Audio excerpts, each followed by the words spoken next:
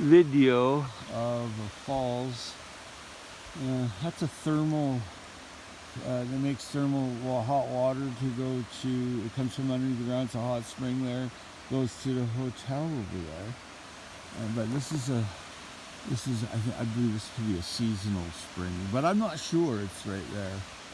And oddly enough, there's a huge forested area here. And I spotted a couple of caves over some, but this is, there were indigenous people here before. I wonder what's on that rock. Wow, look at this place. Holy moly. Yeah.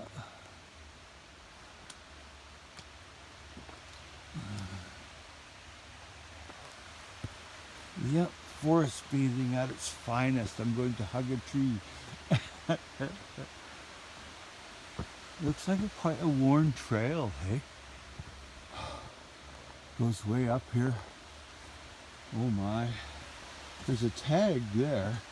Now see, the trail splits off here, and I don't think that's a deer trail. Well, it could be used by deer, but this is a man-made thing. See?